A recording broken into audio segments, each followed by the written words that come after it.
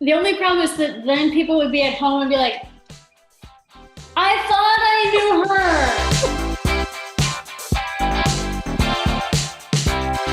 Hello, everyone. It's time for a new episode of Collider Ladies Night. And this time around, I am lucky enough to have Rachael Leigh Cook with us today. We are talking about her new movie, Love Guaranteed, which you can check out on Netflix on September 3rd.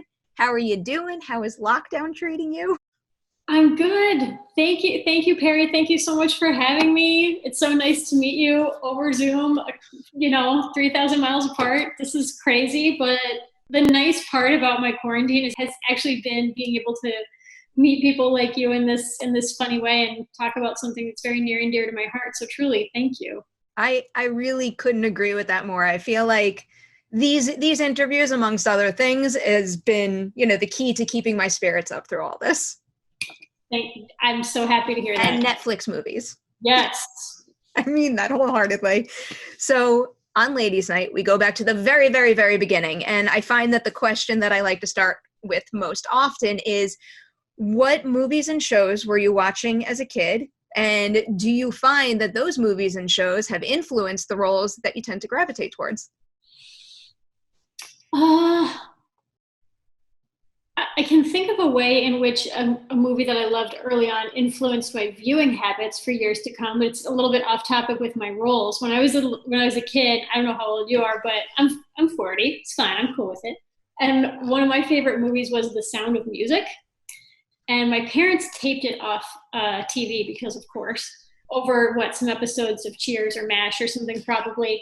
And I never thought much about the ending. I just thought it was a little bit abstract. I was like, oh, puppet show, but yeah, okay, whatever, it is what it is. Who doesn't love a puppet show? Good climactic ending. And then I went to watch it again at my friend Leah's house. Perry, the movie keeps going after the puppet show.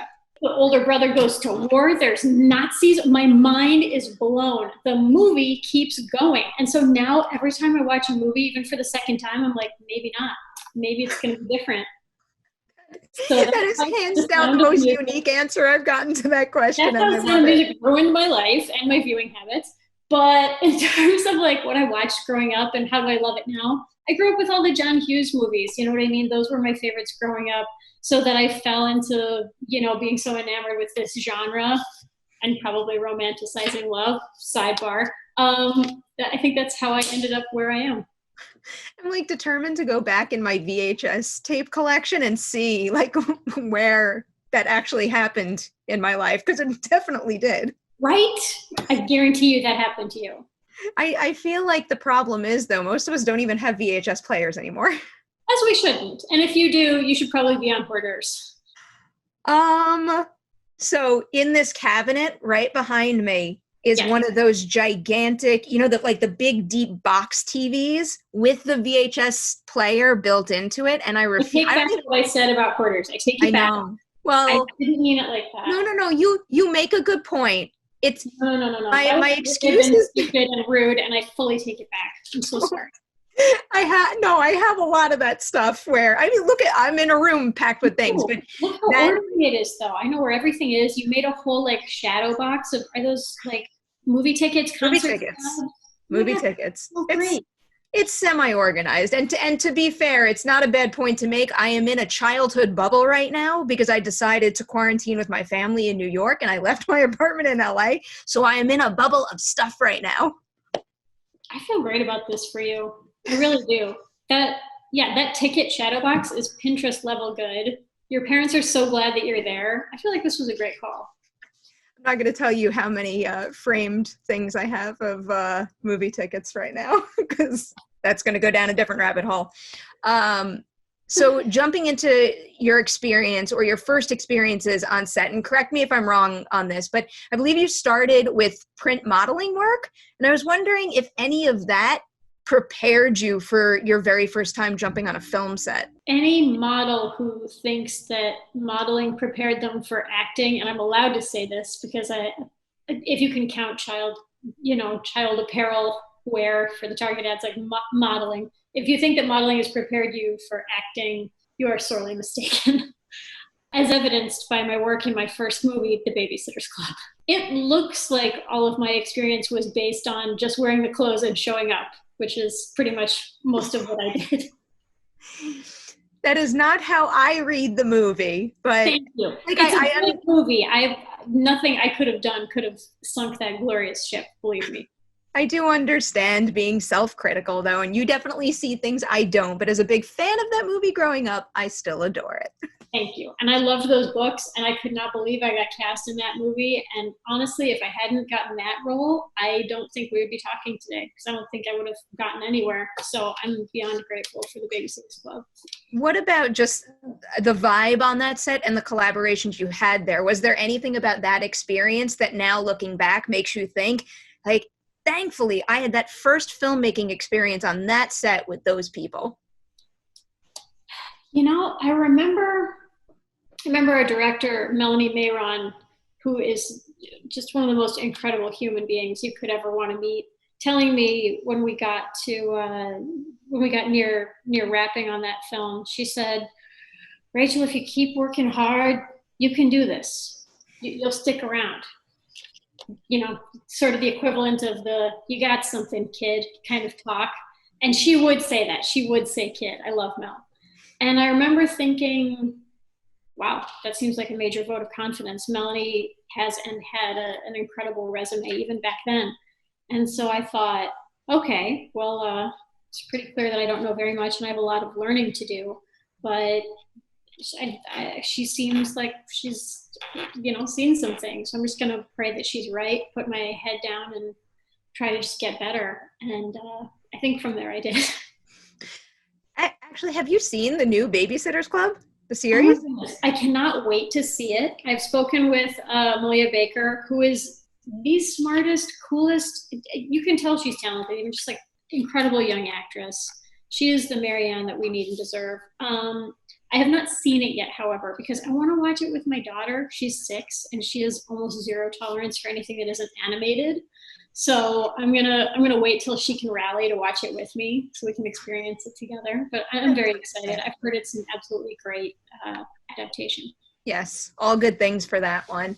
I was going to move on to one of your next films, but actually before I even touch that, I'm curious in your mind, like what do you view as your big break as an actor, just in terms of, a role that made you feel like now you carried a certain amount of weight on set and you had a certain amount of control over the trajectory of your career?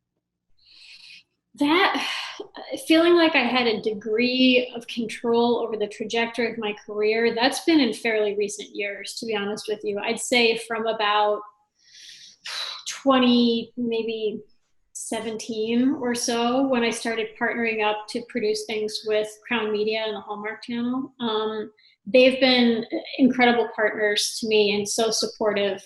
And I love working in the feel-good space. I spent many years trying to be cool and make edgy content that I thought would make people sort of stand up and take notice of me. But it wasn't until I sort of followed my heart's desire and my true intention that I think I started really to feel like I had greater control or a degree of say-so over the way my projects were going to go or actually even come to fruition. I hear the Hallmark movies are especially short shooting schedules and also very, very efficient. So given your experience working in that realm, is there any part of the production process that you wish like Hollywood overall would kind of pay attention to make their productions more efficient? Yeah, it's pretty terrifying when you go from having never worked for them and on that schedule before to shooting, sometimes 9.5-page days, but that dialogue is really not difficult compared to procedural. That was probably the steepest learning curve for me, was going into cross-boarded, meaning shooting 2 episodes at once, procedural television. That was incredibly difficult. But what people, the lesson that they could definitely take from Hallmark movies is don't underestimate the fact that people need to feel good and to just have an outlet, a constant, wellspring of positive entertainment. Don't ever underestimate the audience for that. I'm right in the pocket there. We need it. And also, yes, comma, it is possible to make a movie in 15 days. I've done it many times now, and I'm not saying it's responsible or optimal, but we do it. So you're welcome. Extremely impressed by that. I'm getting ahead of myself. To back up a little here, a two-parter for this one, because I do know what the outcome wound up being, but I was very curious about your experience shooting the This Is Your Brain on Drugs PSA, because for the first part of this question here, from an outsider perspective, I look at something like that and I'm like, oh, like you just go in and get it done. It's not the same type of heavy lifting as making a film, but like that PSA, it requires, I think, what might have been a little more from you. So what was it like kind of nailing that shoot, and how did you approach it as an actor? First of all, I really appreciate that you picked up on that, because something like a PSA isn't just walking in and making a more serious face and saying several lines and doing this and that. You really want to feel like you gave to the people who put weeks and maybe months of prep into making a thing. You just get to show up and sort of run the ball across the end zone, or whatever sports metaphor analogies fits here. I'm so dumb about that, but it's fun to be there, for part of completion. But I really feel a great sense of duty to the people who have put a lot into it. And it was really, it was incredibly meaningful to me to be able to reprise my role in that PSA, given what history has taught us about structural racism, mass incarceration, and the ultimately pretty disastrous, quote unquote, war on drugs. Do you remember the time, like at what point after making the original PSA did that click for you? And then, I don't know, was there any apprehension? Because it could be a scary situation to kind of step up and make that point, especially for such a well-known series of PSAs. So I don't know, did you have to build the courage to kind of put that out there and put your voice to it? This is one of the millions of Americans who uses drugs and won't get arrested. However, this American is several times more likely to be charged with a drug crime. Imagine it's you. The only reason I hesitated about saying yes to it immediately was that I wasn't as well educated as I could have been about what seemed to be the impetus behind making it in the first place, which was, hey, we need to legalize cannabis in all forms, in all 50 states, like right now. And I just didn't, I was just like, I don't have all of the information on this. You know what I mean? Like, why am I didn't want to be the just say no to drugs, girl, but I didn't want to have that spun into the say yes to weed girl thing. Cause I'm not a weed person. Me and that just don't go together.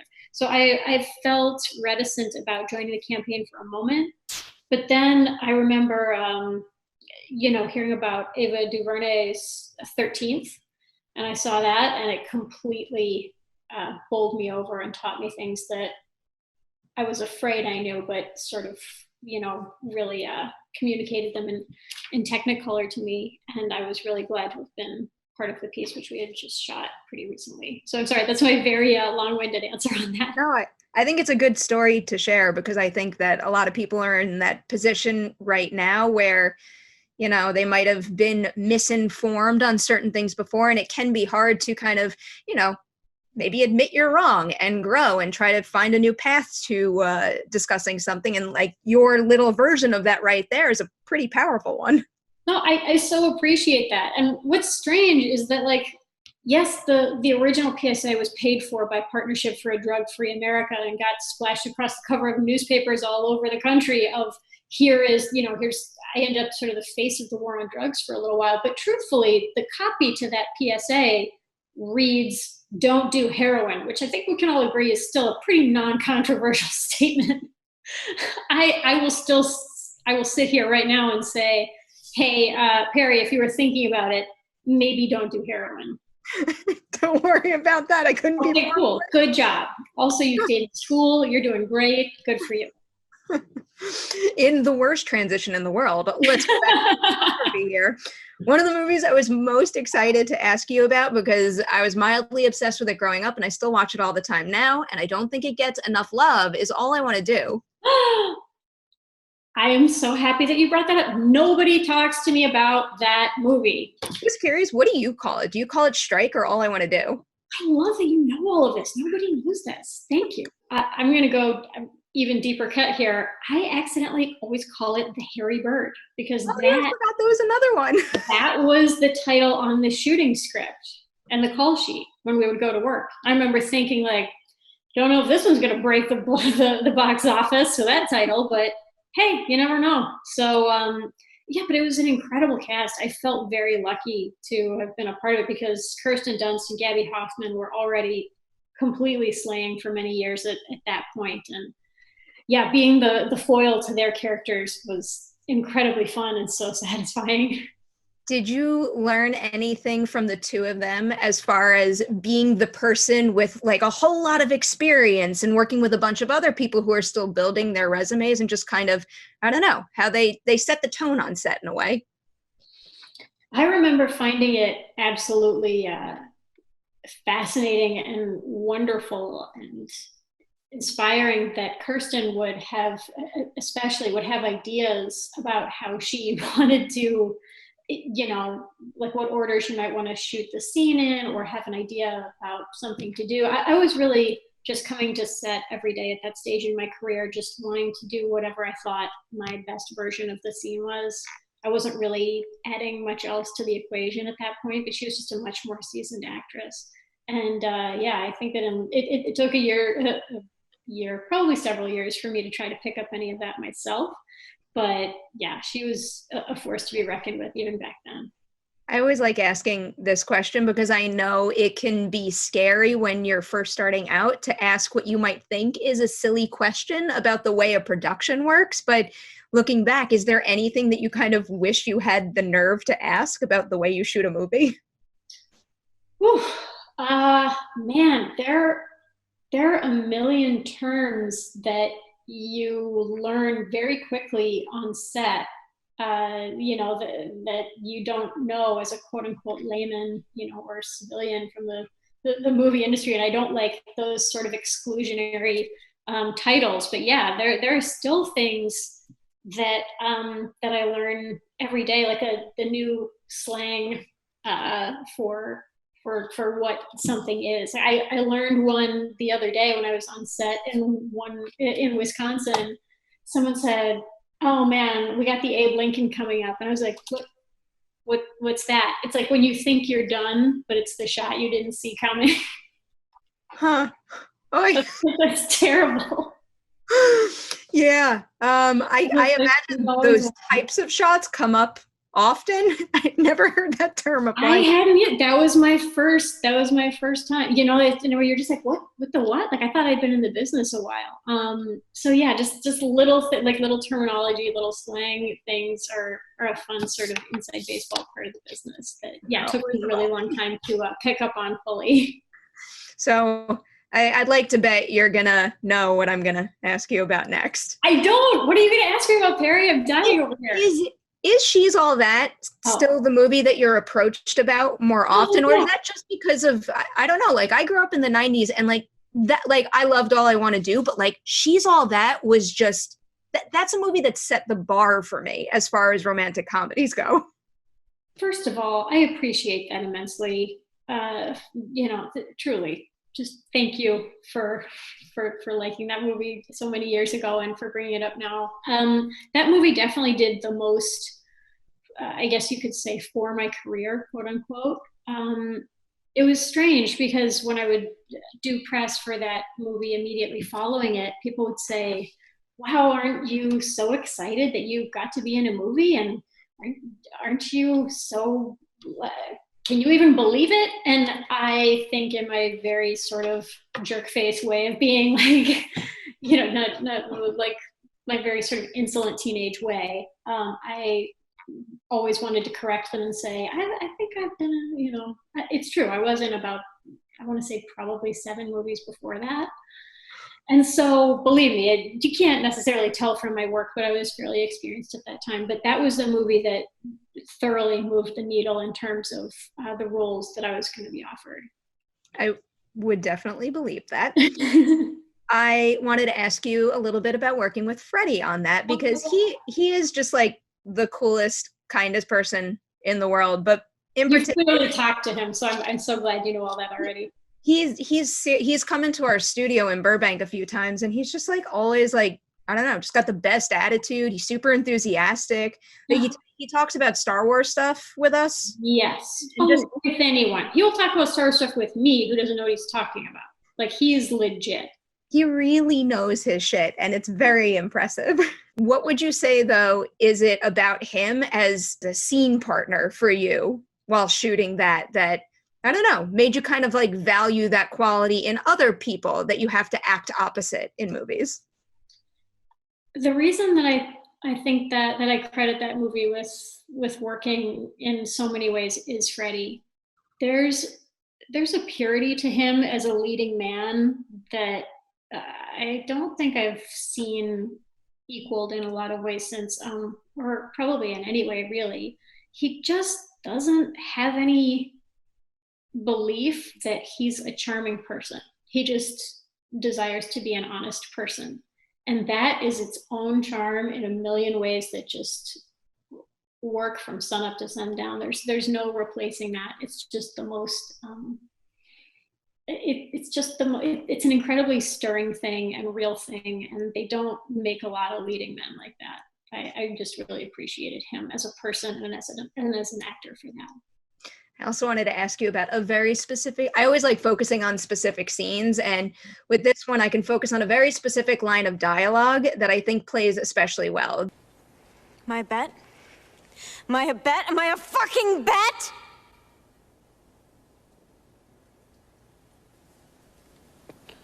Yes.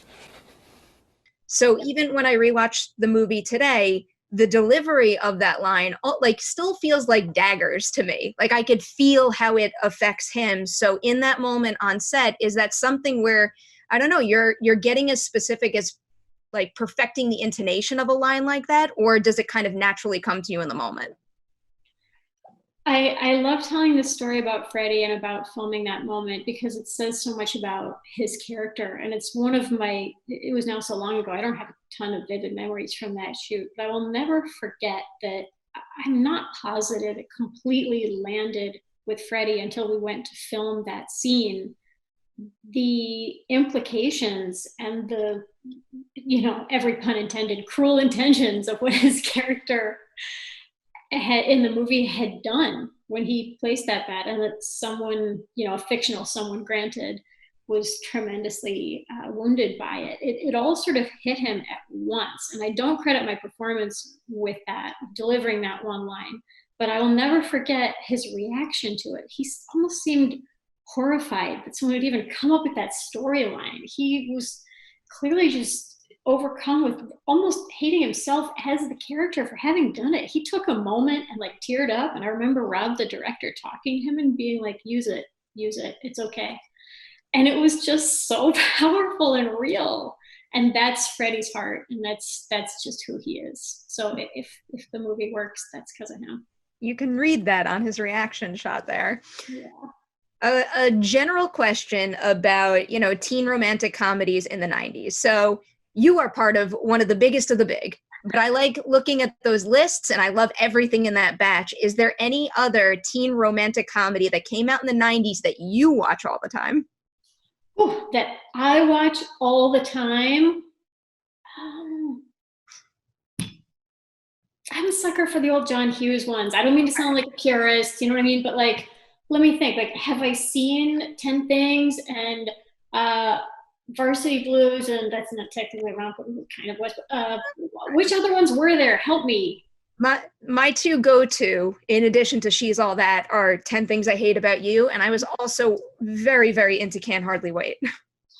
I love that movie. Those are directors and writers of Josie and the Pussycats. I love that movie. I actually went in for that movie And apparently that's how they end up casting me and Josie. It was off of that because they had already, I went in for the Love Hewitt part. She was already in negotiations. I think I was brought in as a backup meeting. But luckily they remembered me from that. I love Can't Hardly Wait. I think maybe that's the best one of that era. And it's a little bit outside of that era. It was years later, but I have a major soft spot for that movie, She's the Man. It's hilarious. There's a movie that doesn't get enough credit. People do not talk about She's the Man nearly enough. People have been sleeping on She's the Man. It's so funny. I'm also going to tell you, I might have a Can't Hardly Wait CD off to the side right now, but even though I have the VHS player, I don't have a CD player to play it. Oh my God. It's like no laptops even have disk drives. You're allowed to get us. Come on. Can you? Do PS3s play? No, they don't. Oh, I don't know. No, I don't know either. My poor PS4 is like sitting unused in LA right now. Anyway, you already brought up Josie and the Pussycats, so I'll go there next. Yes, please. I guess let's start with like the harder part. So you pour all that time into that movie, and then I know like you're an actor. There's only so much that's in your control once it's finished and it's sent out to the world. But then it doesn't do well at the box office. How do you process that, and how do you kind of, I don't know, not get bogged down by the negativity that comes with that? Well, what's great about being 20, who's basically a teenager, when something like that happens, is that no one really explains to you that it's not just not great news, it's news that's going to continue to affect you in a very real way for a long time. And truthfully, only time can kind of show you that. So I understand why no one wanted to raise their hand and be like, this is not good for sure. But it was not. Like, we all sort of went to what's in the industry called movie jail for that box office, quote unquote, failing. And it took many years for people to get that movie. And I'm just glad that we made something that I'm still proud of. And I have, it was a little bit of a bumpy road onward from that, but I don't know, we have something great to show from it, and we're talking now about a movie that I really love, so I guess it all turned out the way it was supposed to be. That I love the positive spin. That's one thing that my brain, I don't know, like it makes me frustrated to try to compute it with how many credits one individual can have to their name, that one specific thing can derail them, even when, like, think about how many people go into making a movie and how many factors dictate how it can do at the box office. It's just, that always bugs me.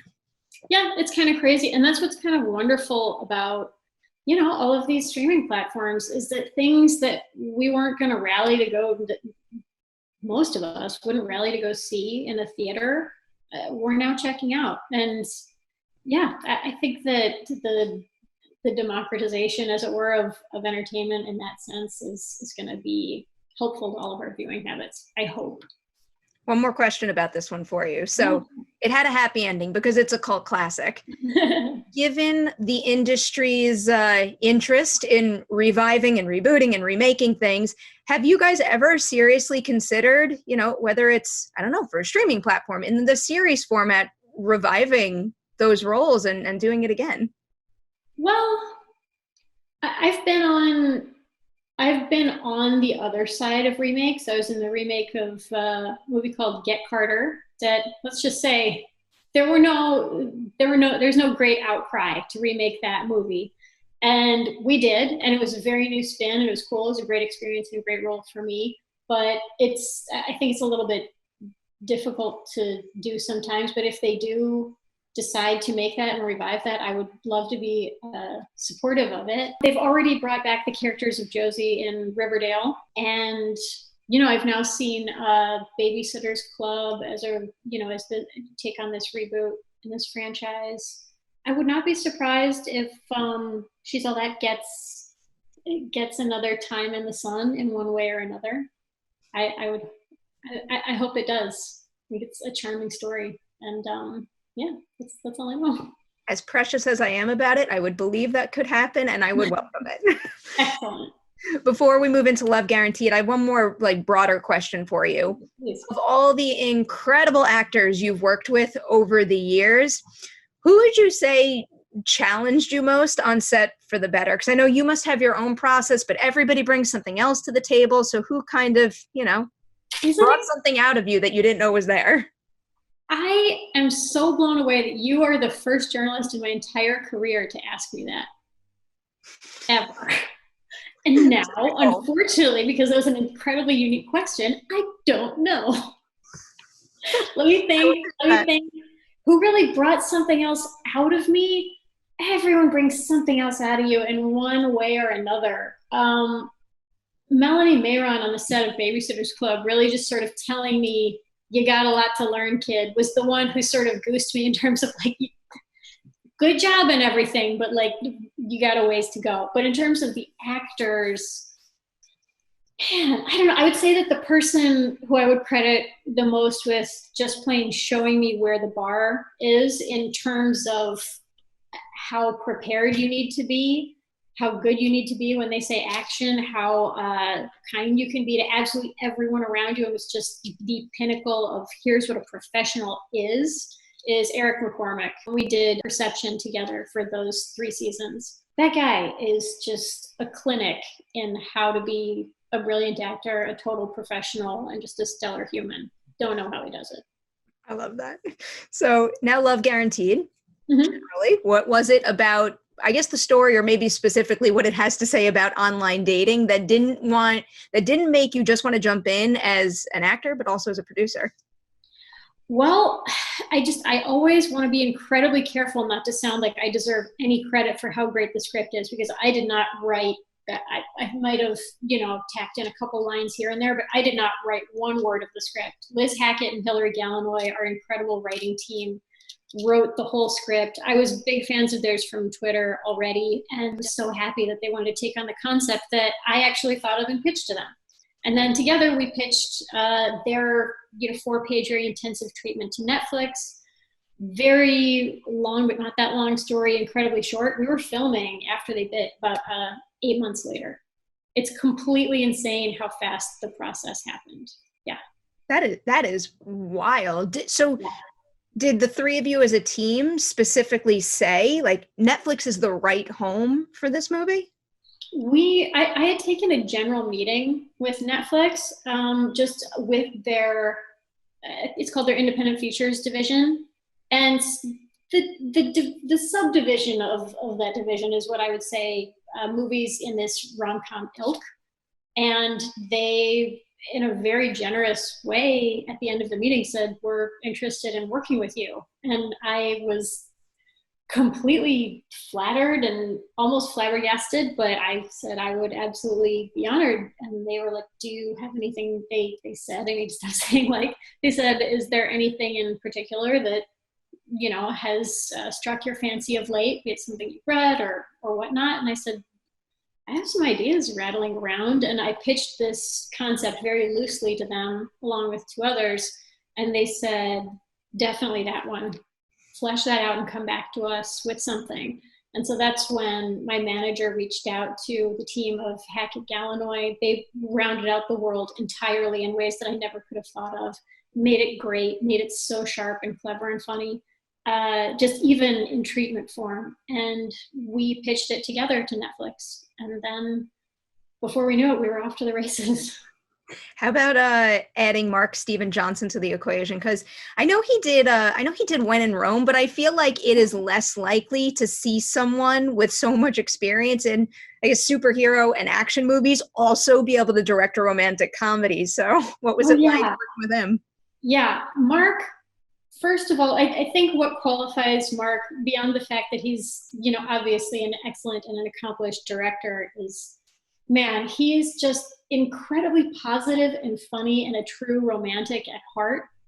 You'd be hard-pressed to find another human as soft-hearted and as open as he is. He's just a stellar human. I actually met Mark at the very first premiere I ever went to in California.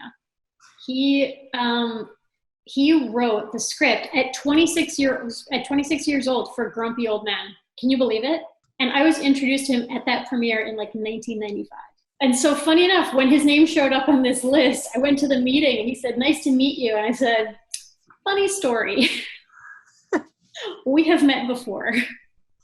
This is very random and off topic, but what is it like for you to see how premieres have changed over the years? Because sometimes when I'm prepping for these interviews, I'll like scroll through IMDb photos, and the official photos taken on red carpets nowadays are completely different to what it was like back then. Yes. I would not even know where to begin. Yeah, the mob of, people with, the mob of flashbulbs and cameras and all of that old school, paparazzi kind of not feeling, but that way is still occasionally real, but it's so much more sort of like organized and spaced out and sort of controlled now. It's kind of wild. All I know is that I'm still doing it wrong all these years later. You're still doing it wrong? I'm still doing it wrong. Why? I always feel like I can't see. So someone told me, like, look down and then slowly look up, but I'll be darned if I don't feel my eyes go across, like, every time. And, like, you're supposed to organize your feet in a certain way so it, like, poses the outfit right. I never get the feet right. I don't know. Whenever I do a video where I'm standing, all you'll see is me, like, going like that the whole time, because I still, after all these years, don't know what to do with my hands. Yes. You're Alec Baldwin. You're like, what do I do with my hands? Exactly what I'm doing. So when you're on set of Love Guaranteed and you do a take, who is the first person you look to kind of give you that confidence that you nailed the take? Do you look at Mark, Damon? Do you feel it yourself? Who gives you that kind of like nod of approval? The first line of, did I like that? I definitely feel within myself. I defer mostly in terms of if I feel like I didn't get it, I will look to the person who was in the scene with me as if to say, help, they're moving on. Do I need to make a stink and do another one? And usually the other actor will tell, like, no, don't worry, you got it. Or I like the last one better, but we have it. Like we know how to check each other and keep each other sort of up. Mark is incredibly positive, and whenever you're first working with the director, the problem is that they don't direct you because they don't know if you can do any better. So part of them is like, oh no, I'm going to spend the first week, building up their confidence, and they don't really give you much because they just want you to feel comfortable. That week's a little bit nerve-wracking. I worked for a director one time who I remember said, with every actor, no matter how bad they are, he goes up to them and he goes, that was great this time. And all actors, as soon as they just hear great, their shoulders drop and they're receptive. And so if I ever direct something, I will be saying that quite a bit. I feel like any boss or leader in any kind of profession could actually use that to theirs and their employees' benefit to just like encourage them. I'm going to remember that. Actually, speaking of professions, this is another thing that I'm hung up on often in movies. Please. It's hard enough to be a professional anything, but when you're an actor trying to play a professional lawyer, I mean, how hard is that? And then a second part to this one, if you got the opportunity to learn about any other profession out there through a character, what would the profession be and why? Well, I can't believe I was lucky enough to be cast as an actual rock star. That's kind of beyond. That's anyone's, childhood bedroom singing into something fantasy, right? But wow, if I could pretend to be something else, yeah, it's a tough one, Perry. I can't think about it. I was lucky enough to play a vintner in 3 Hallmark movies that I did. That was a lot of good on-the-job training, let me tell you. I did my research, put it that way.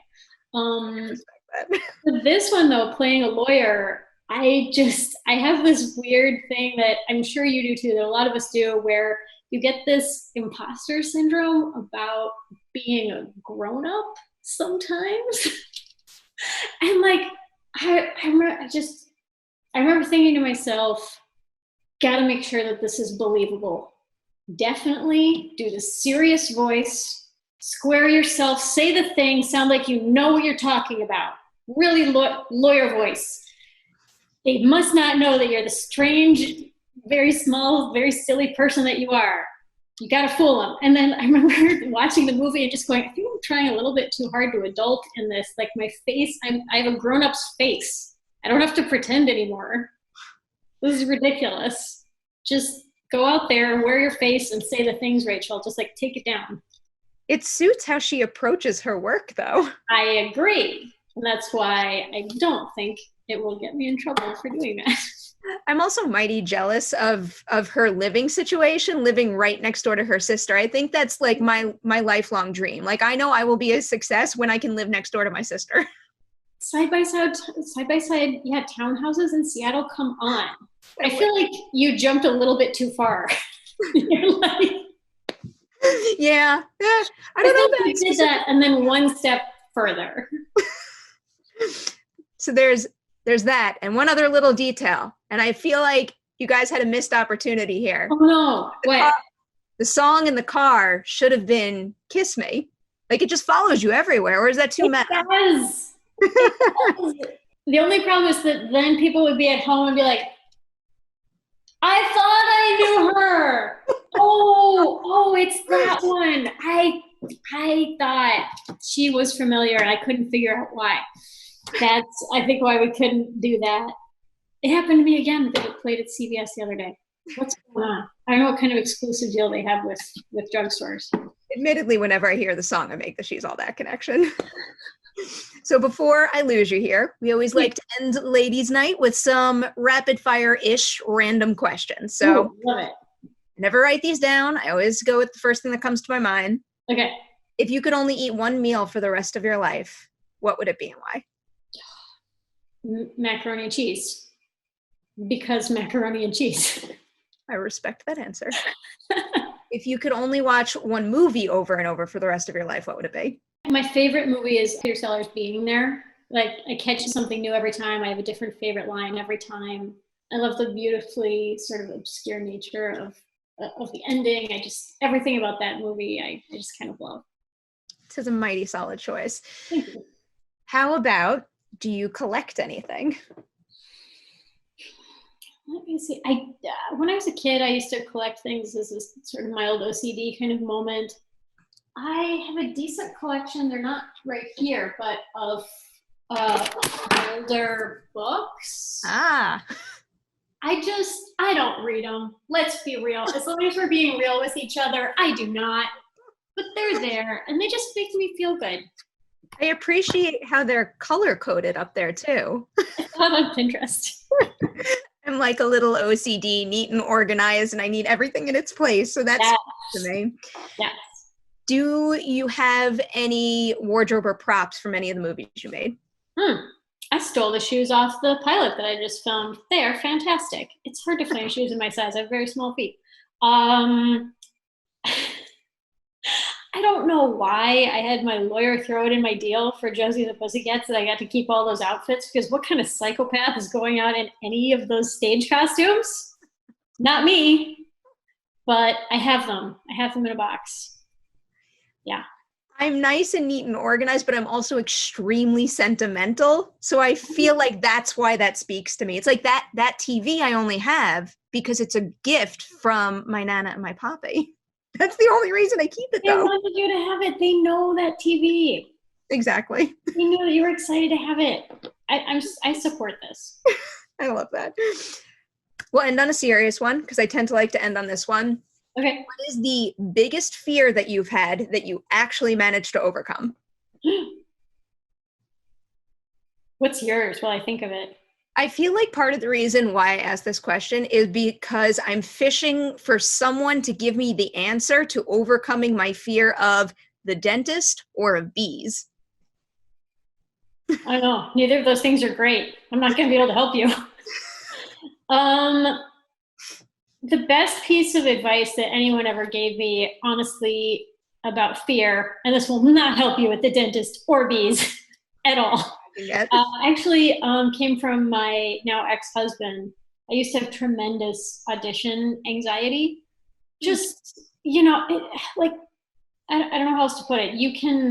Knowing that you're going somewhere with a specific purpose of being judged and having people look at you, it is awful. It is terrifying. It gave me all kinds of fear and feelings of not being good enough and all of this stuff.